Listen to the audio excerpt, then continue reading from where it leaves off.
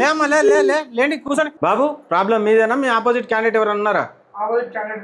అతను ఎవరు? Sir number ఇవ్వండి, సార్ అతను పిలిపిస్తాడు.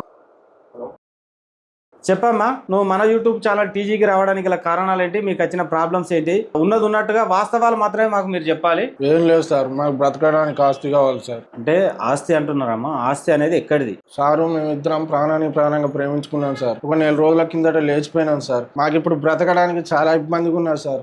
కాదమ్మా, మీరు లేచిపోయింది ఓకే, అతను మీ అన్నయ్య లేకపోతే మీకు ఏమవుతాడు అనేది మాకు వివరించి చెప్తే మేము దాన్ని బట్టి మాట్లాడతాం. అతను ఆయన మా భర్త సారు. చూసిర్రా సారు, వాళ్ళిద్దరు లేచిపోవడమే కాకుండా నా దగ్గర నుంచి ఆస్తి అడుగుతారు. మీ ఇష్టం సారు, మీరు ఇప్పిత్తురం ఇప్పియండి, లేకపోతే 2 డ్రమ్ములు కొనుక్కుంటా సార్. నేను అంతేనా?